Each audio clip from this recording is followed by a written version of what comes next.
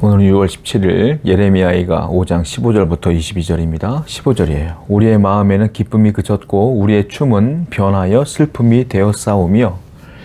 현실이 얼마나 무겁고 힘든가를 선지자는 이 구절을 통해서 얘기해 주고 있어요.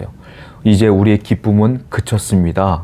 그리고 우리의 춤은 변하여 슬픔이 되었습니다. 이렇게 표현하고 있어요. 춤이 변하여 슬픔이 됐다 이렇게 표현하고 있는데, 춤이라는 것은 무엇이냐면 하나님을 찬양할 때에 행해지는, 즉 예배 가운데 행해지는 몸짓을 말해요. 찬양의 몸짓.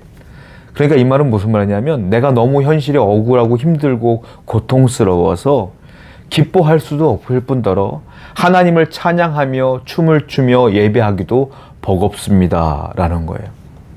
여러분, 성도는 고통스러울수록, 어려울수록 희망과 소망은 하나뿐이 없다는 걸 기억해야 돼요. 그게 뭘까요? 하나님 외에는 없는 거야.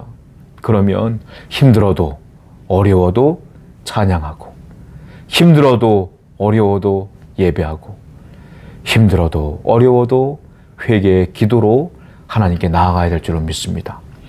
예배를 멀리하는 자가 아니라 고난 가운데 예배의 현장으로 달려나가는 여러분 되기를 축원드립니다.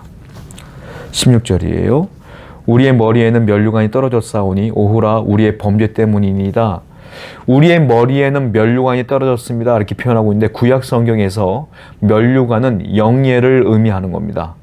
그러니까 우리의 머리에 면류관이 떨어졌다, 즉 이스라엘 유대 민족이라고 하는 하나님의 백성이라는 영예가 땅에 떨어졌다 이 말이에요. 곤두박질 쳤다 이 말이죠. 영예가 없어진 거예요. 그런데 그 원인을 어떻게 찾고 있어요? 우리의 범죄 때문입니다. 하나님이 우리를 떠나서가 아니에요. 하나님이 우리에게 벌 줘서가 아니에요. 다 우리의 죄 때문에 우리의 영예가 떨어진 겁니다 이렇게 표현하고 있어요. 무슨 말일까요? 이 고난의 원인을 정확하게 선지자는 알고 있었다.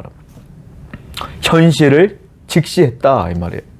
많은 분들은 내 인생 가운데 어렵고 힘든 일이 벌어질 때마다 원망할 때가 많아요. 그렇지 않습니다. 하나님이 여러분들을 망하게 할 이유가 없어요. 하나님은 여러분들을 사랑하셔요.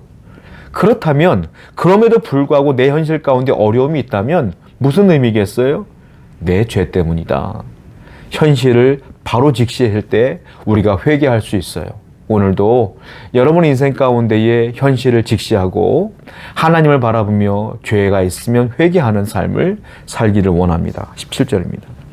이러므로 우리의 마음이 피곤하고 이러므로 우리의 눈들이 어두워지며 시온산이 황폐하여 여호가 그 안에서 노나이다.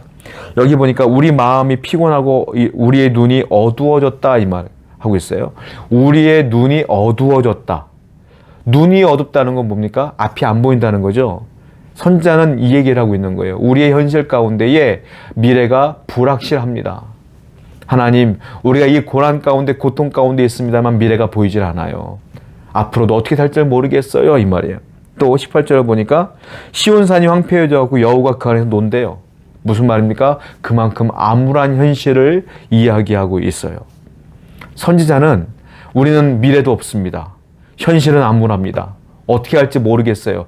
그래서 하나님께 기도하는 거예요. 뭘 기도합니까? 하나님, 그러므로 우리를 긍휼히 여겨주세요 이 말이에요. 미래가 불확실합니까? 앞날이 깜깜합니까? 현실이 암울합니까? 그때일수록 기도하셔야 돼.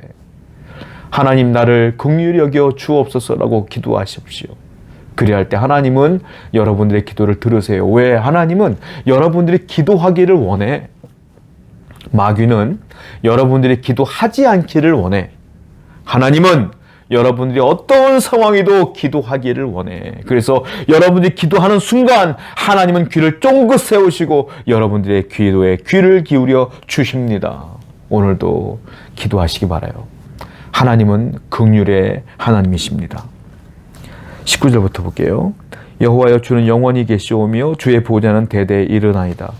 주께서 어찌하여 우리를 영원히 잊으시오며 우리를 이같이 오래 버리시나이까. 자, 선지자는 두 구절에서 똑같은 단어를 반복하는데 바로 영원이라는 단어입니다. 하나님은 영원히 계십니다. 하나님, 어떻게 우리를 영원히 잊으시겠습니까? 우리를 긍휼히 여기세요 이 말이에요. 하나님은 영원한 존재입니다 라고 표현하고 있는데 영원이라는 말은 신실하다는 거예요. 변하지 않는다는 거예요. 하나님이 우리에게 언약했으면 그 언약을 하나님이 지키실 거예요. 언제까지 우리를 이 고통 가운데 놔두실 겁니까? 라고 표현하는 거 아니겠어요? 그 어려운 가운데도 하나님을 신뢰하는 마음이 너무 강해. 그러니까 선지자인가 봐요. 성도 여러분, 왜 성도가 성도일까요? 고난이 있어도 하나님 붙드는 거야. 어려움이 있어도 신실한 하나님 붙드는 거예요. 믿음이 강한 자는 아무리 어려워도 하나님 놓지 않아요.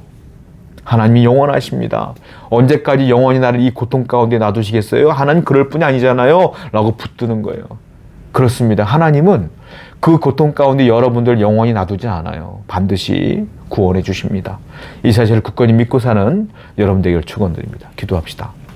하나님, 신실하신 하나님을 의지하는 성도가 되게 해주시며 오늘도 기도하는 성도가 되게 해 주옵소서. 예수님의 이름으로 기도드렸습니다. 아멘.